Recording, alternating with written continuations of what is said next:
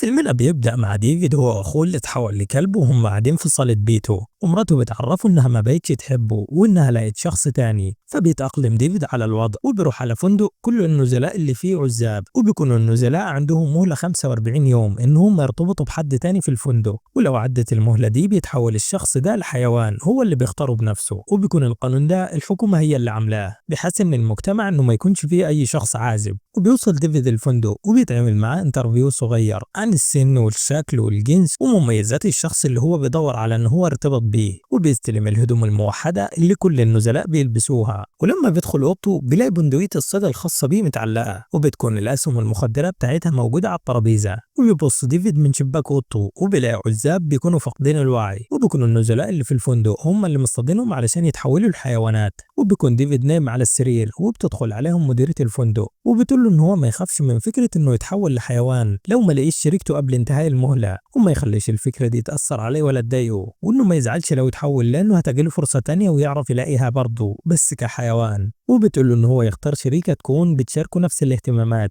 وبيكون طلبها للحيوان اللي هتتحول ليه بيبقى نفس الحيوان اللي ديفيد هيختاره. وبتسأله عن الحيوان اللي اختاره وبيجاوبها وبيقول لها ان هو اختار السلطعون، وده لانه بيعيش اكتر من 100 سنة ودمه ازرق وبيكون خصب لانه بيخلف طول حياته. فبتقول له المديرة انه ده اختيار فريد من نوعه وان معظم النزلاء بيختاروا كلاب، وبتأمر المساعدين ان هم يربطوا ايد اليمين ورا ظهره علشان يعرف قيمة الزوج التاني في حياته واهمية وجود الازواج عامة، وبتسيبه. وبيصحى ديفيد تاني يوم على صوت المنبه وبقول له ان هو في اوضه رقم 101 وانه متبقي له 44 يوم بس، وبيلبس وبينزل يلحق ميعاد الفطار في الفندق. وبيشوف النزلاء في المطعم وبتكون واحدة فيهم مناخيرها بتنزف دم على طول، وواحدة بتعزم دايما على الناس ببسكويت، وواحدة بيعرف عنها بعد كده انها عديمة الرحمة. وبيشوف برضه منطقة ترابيزات الازواج وبيتعرف على اتنين منهم، واحد اسمه روبرت بيكون بتهته في الكلام والتاني بيكون اعرج في المشي. وبينزلوا يقعدوا على الشاطئ وبيتفرجوا على اليخت اللي بيكون هدية لأي حد يلاقي شريكه لمدة 15 يوم. وبيحضروا بعد كده اجتماع للنزلاء وكل واحد فيهم بيقول قصته، والأعرج بيحكي قصته وبيقول إن والده اتفصل عن والدته وعد عليها 45 يوم فتحولت لذئب،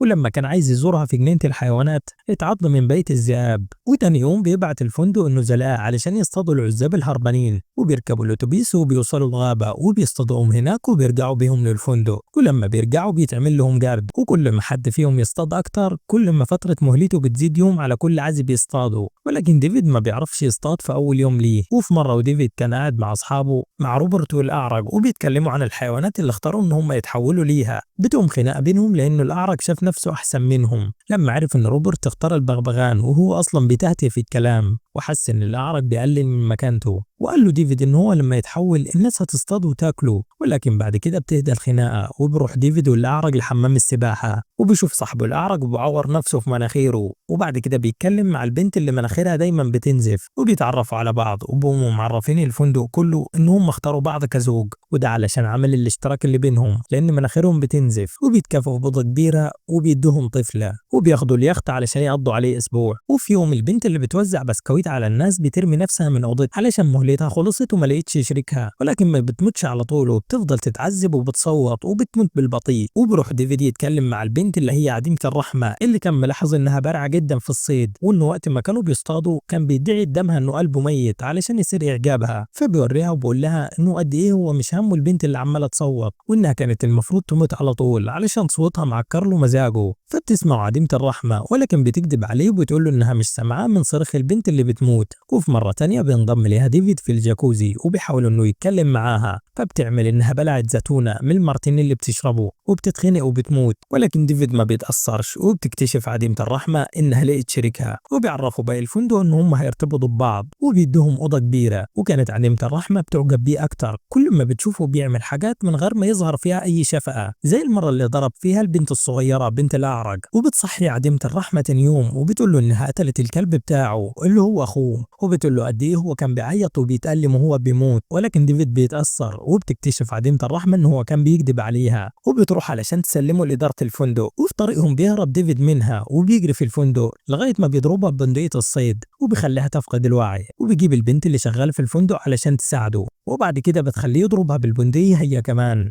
علشان يبان إن هي كمان مساعدتوش، وبيشد عديمة الرحمة لغرفة التحويل اللي بيحولوا فيها الناس لحيوانات وبيحولها، وبعدها بيهرب ديفيد من الفندق وبيوصل لغابة العزاب وبيقابل القائدة بتاعتهم وبتسمح له إنه ينضم ليهم وبيتعرفوا القوانين واللي منها إنه ما يكونش فيه اختلاط أو مشاعر بينهم، وبيتمرنوا على الهروب والاختباء من النزلاء لما يجوا يصطادوهم، وبيقع واحد منهم في الفخ بتاع الصيادين، ولكن القائدة بتأمرهم إنه محدش يساعده وإن هو يتعلم ينقذ نفسه بنفسه، وبيسيبوه وبيمشوا. وفي يوم ديفيد بيكون في الغابة وبيصادف إن هو بيقابل روبرت صاحبه، ولكن روبرت بيكون عايز يصطاد ديفيد لأنه مهلته قربت تخلص، وبتنقذ ديفيد واحدة عندها قصر النظر زيه، بتطعن روبرت بالسكينة وبيضربوا ديفيد بالبندقية اللي كانت مع روبرت وبيقلعه وبياخد هدومه، وفي نفس الوقت بتتسحب البنت اللي شغالة في الفندق وبتقابل قائدة العزاب في الغابة وبتدي لها مسدس ومفاتيح غرف الفندق، وبتقول لها إن دي آخر مهمة ليها لأنها تعبت نفسيا من الشغل في الفندق وعايزة ترجع الغابة، فبتوافق القائدة وبتشكرها وبتسيبها. وبيكون ديفيد عايز يشكر صاحبة قصر النظر على جميلها وبيصطاد لها أرانب لأنها بتحب تاكلهم وبينظفهم لها وبيسيبهم جنبها وهي نايمة علشان تصحى وتشويهم. وفي اليوم اللي بعده بتكون مع القائدة 3 من العزاب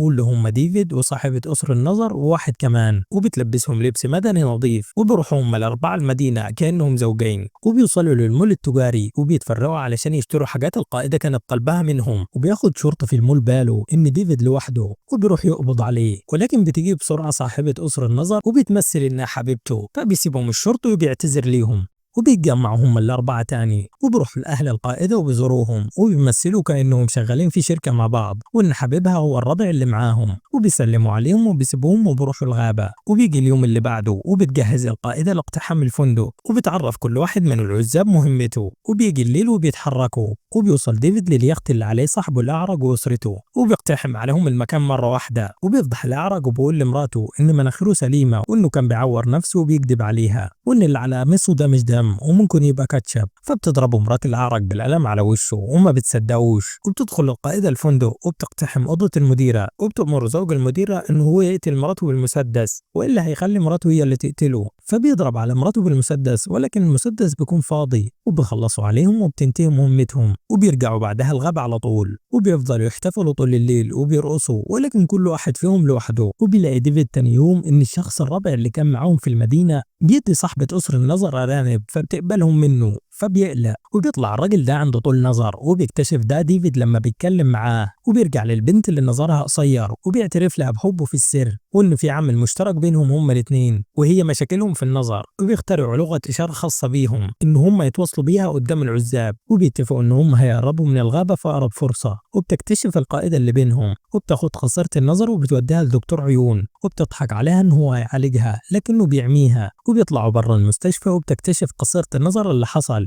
وبتحاول إنها تطعن القائدة ولكن السكينة بتيجي في البنت اللي شغالة في الفندق اللي معاهم، فبتقول لها القائدة إنها هتجيب لها كلب عشان يساعدها لأنها ما بقتش بتشوف وبتاخدها وبترجعها للغابة. وبيكتشف ديفيد اللي حصل وبيبقى عايز ينتقم من القائدة فبيضربها وبخليها تفقد الوعي وبيرميها في قبر كانت القائدة طالبة من ديفيد إنه هو يحفره في حالة الأزمات، وبيسيبها للكلاب بتاعة الصيادين اللي بياكلوها حية. وبياخد ديفيد حبيبته العامية وبروحوا للمدينة لأن هم زوج رسمي وفي بينهم صفة مشتركة، ولكن علشان هي فقدت نظرها بيكون ديفيد لازم يفقد نظره، فبيروحوا مطعم وبيطلب من الجرسون إنه هو يجيب له سكينة زبدة، فبياخد ديفيد السكينة للحمام وبحط مناديل كتير في بقه علشان لما يزعق الناس اللي بره ما تسمعهوش، وبيقف قدام المراية وبيفتح عينه على الآخر وبوجه السكينة ليها، وساعتها حبيبته بتكون مستنياه في المطعم وبتبقى عايزة تعرف القرار اللي ديفيد هياخده، هل هيفتح عينه علشان يبقى أعمى ويفضلوا مع بعض ولا هيسيبها ويدور على شركة تانية ويحتفظ بنظره. بس ولهنا بينتهي الفيلم.